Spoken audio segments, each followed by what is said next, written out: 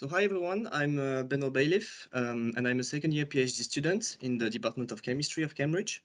And today I will talk to you more about my project, which is about selecting bioactive-like conformations of small molecules using atomistic neural networks. So just let me use my laser pointer. Okay. So first, an outline of my talk. So I will first give a brief introduction about the aim of the current work and give a bit of context. Then I will explain the methods that I used, so the data set, the modeling approach, the relevant metrics and baseline to evaluate the model. And then I will show you the results about ranking and selecting conformations. And I will finish with the conclusion. So first, an introduction about the context, because the goal here that I want to reach is to retrieve bioactive conformations, but these conformations, which are target bound to proteins, are only a small ensemble of the broad diversity of conformations that we can observe for a molecule. And it's not always in the low energy landscape due to the ligand strength when it adapts to the proteins. We can use conformer generators to retrieve these bioactive conformations. For example, the CCDC generator retrieves 92% of bioactive conformations using 250 generated conformations of a molecule in a subset of the PDB, which is the platinum dataset. But only 70% of these bioactive conformations are retrieved in the top 10 conformations. And therefore, we need to find a way to try and pick and pinpoint these bioactive conformations. So for example, if we have this molecule on the left, we can generate, let's say, 100 conformations for this molecule.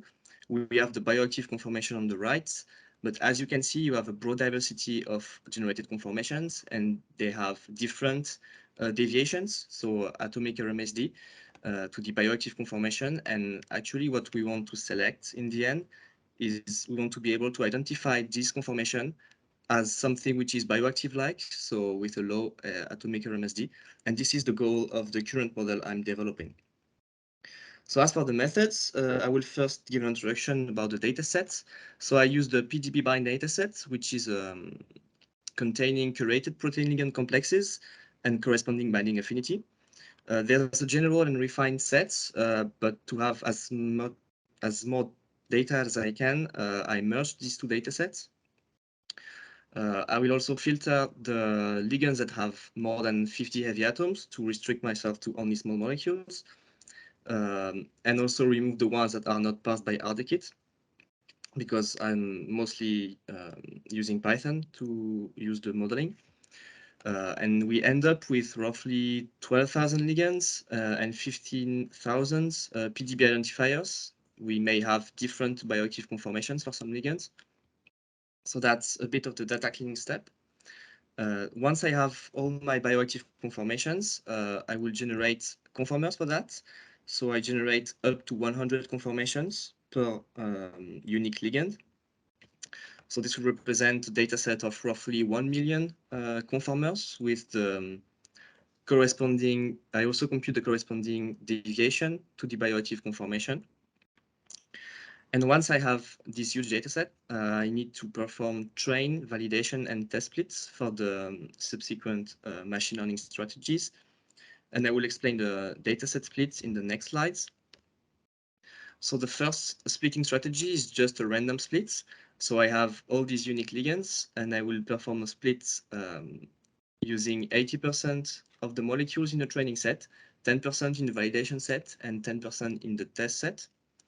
And I will shuffle this order 5 times, so we'll have different splits of molecules to account for variability between what's in the training and what's in the test set. The second split type I'm using is the scaffold split. So I will cluster each molecule, so each unique ligand I have, by their unique Bemis-Murko scaffold. And in the training set, I will put molecules from a list of scaffolds, and the remaining in the validation and test sets. And then I will also shuffle the split 5 times to have different scaffolds in the train, validation, and test set. And the last split is according to the protein. So it's the protein similarity split. So the first step is first to cluster the proteins by their similarity. So each for each cluster, we'll have proteins that have at least 80% similarity according to the identity computed with the Needleman and Wunsch alignment. So it's a global alignment of the protein amino acid sequence. And I performed something quite similar, so putting 80% of the protein clusters in the training set, 10% in the validation, and 10% in the test set, and shuffling the clusters among the different splits 5 times.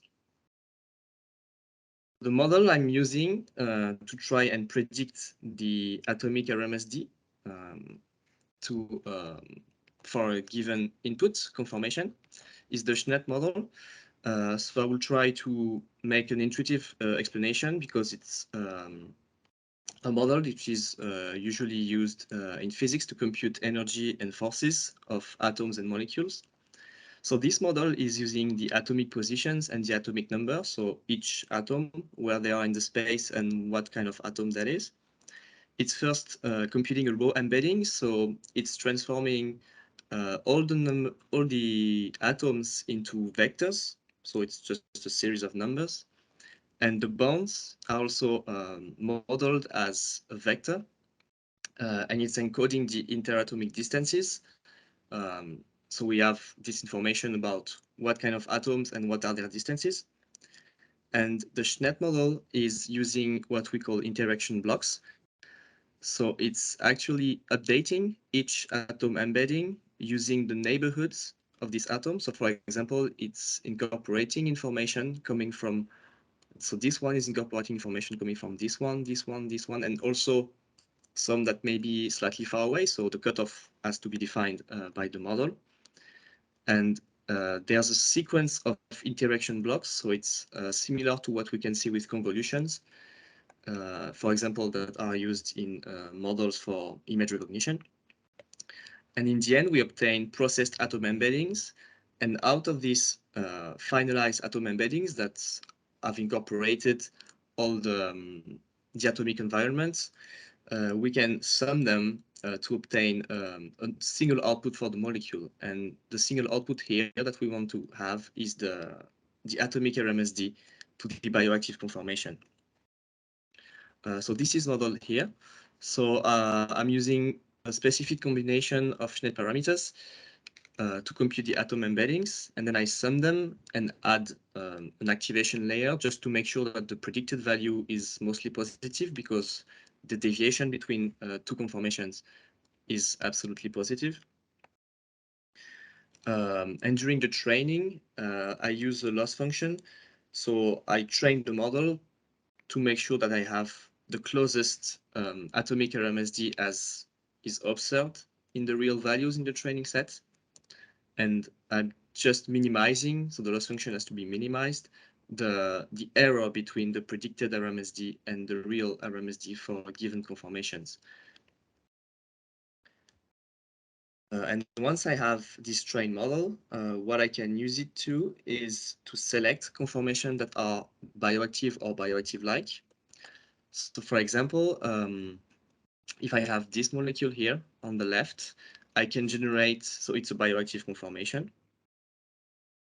But actually, in a real case scenario, you don't know the bioactive conformation. What you just know is the 2D template, the 2D graph of the molecule. So you generate conformations for this molecule. Then you will rank the conformations according to the predicted atomic RMSD. And then the objective is, once I have a subset of conformation, I can use it, and hopefully it will have an enhanced rate of bioactive or close to bioactive conformations. And a use case I have for this ability is to perform rigid ligand docking. So for each molecule in the PDB-bind dataset, I have the known proteins to which it binds and the pockets, and I can perform redocking using CCDC Gold. I use the PLP scoring function, and roughly 10 poses per conformation. I only keep the best, and of course no torsional search, because I want the ligands to stay rigid, and hopefully have directly a bioactive-like conformation given as input. And the different tasks I have to evaluate the model. So the first one is to make sure that I'm actually predicting an atomic RMSD to bioactive, which is close to the real one. So I use the root mean square error, the RMSE, and the coefficient of determination to know if the predicted versus the actual value are correlated or not, in a sense. And the baseline for this model is to make sure that the 3D information computed from from BioSchnet is accurate, is to compare with what we can reach with 2D descriptors. So the number of heavy atoms and the number of state double bonds are input into what I call the mole size model. So it's just a simple neural network that predicts the ARMSDs, similar as what BioSchnet can do. And the second task that is evaluated is the conformation ranking. So in my ranked conformation, do I have some kind of enrichment at the top? So is the first conformation as ranked by the model a bioactive or bioactive-like conformation? And what is the median of the normalized rank of the bioactive conformation? So is it completely random, so around the 50 top percent, or is it something lower? And the baselines to compare the model is just to random shuffling of conformations. So at least we want the model to be better than random. We can also rank the conformations by their ascending UFF energy, because in bioactive conformations, there's an enrichment of low energy conformers, but it's not always the case. And we also compare to the CCDC conformer generator order, as this generator is ranking the conformations according to a probability based on the frequencies of the torsion angle observed in the CSD, and also on the energy. And for the rigid ligand docking, we evaluate the fraction of molecules having a docking pose with successful docking. So first, for the selection, we select a number n of conformations ranging from 1 to 100. And then we compute for how many molecules we have a successful docking. So successful docking is when we have a pose with an atomic RMSD to the native pose, which is lower than 2. And if among these docked pose, we retrieve the best pose that we could, just to make sure that we obtain the best conformation close to bioactive. So as for the results, so we first evaluated the ARMSD prediction performances. So it's a regression task. So as you can see, for the different splits of the data sets, we have variable performances, and among certain splits, depending on what are the molecules in the training or in the test set, we have variable performances. So the random split is the best, and the scaffold split have lower performances. Protein splits have even lower performances, and sometimes quite close to the mole size model, which is the 2D model prediction of the atomic RMSD. So on the left, we have the R2, and on the right, it's the mean RMSE. And we observe the same trend. So we have lower errors for the random split than for the scaffold and the protein split. But these results are satisfactory, and we can use these predictions to try and rank the generated conformations and also the bioactive conformations to see if the model is able to identify them. So that's what I wanted to represent on this plot here. So on the x-axis, we have the normalized rank of the bioactive conformations among the conformations that we ranked for molecules. And on the y-axis, it's the cumulative proportion of the retrieved bioactive conformation. So all sums to 100%. And the first thing we want to look at is for the first rank, what's the proportion of retrieved bioactive conformations? So for example, for the random ranking strategy, we have a curve which is the diagonal of the graph, which is expected because just randomly shuffling the conformations, we don't expect to find the bioactive conformation first. For the UFF energy, we retrieve almost 18% of the bioactive conformation. So we have an enrichment of bioactive conformations in the low energy. But we have higher numbers retrieved by the model, especially for the random split model and for the scaffold split model. The protein split is a bit similar for the first rank as the UFF energy. And if we look at the median, so at which rank of bioactive conformations we retrieve half of them. So for the random and scaffold split, we are close to 11 and 13% of the conformations, of the rank conformations. This number is lower for the protein split and much lower for the two baselines, which is the random and the UFF energy. So the BioSnet ranking retrieves bioactive conformations in early ranks. And what's interesting is that the rank of the bioactive conformation is correlated with the similarity to the closest molecule in the training set. So here are the bins of the maximum similarity to the training set and the normalized rank of bioactive. We have the distribution of much higher ranks for molecules that have low similarity to the training set. And surprisingly, we also retrieve that the model is giving a rank of a very low rank for highly flexible molecules. So for molecules having a number of rotatable bonds up to 24, 25, or 26, the model is still able to identify the bioactive conformations. I won't have time to go through this example, might be for the discussion. And we did also the same. So instead of retrieving the bioactive conformation among the generated, we want to retrieve the bioactive-like conformations. So we don't know the ground truth, but we want to find among these generated conformations the one that are bioactive-like, but we focus on molecules that have 5% or less bioactive-like generated conformations. So we have the task of retrieving the bioactive conformations. I mean, the close analogs is tricky. And here again is the cumulative curve. On the x-axis is the normalized rank and the cumulative proportion on the y-axis. If we look at the ones that are ranked first, for the random and scaffold splits, we retrieve 15% of the bioactive-like conformations first. It's lower, so it's closer to 3 or 2 for the baselines and for the protein split. And as for the median, so retrieving 50% of the bioactive-like conformations, using the random and scaffold splits, we need only 10% of the conformations to retrieve 50% of the bioactive-like conformations.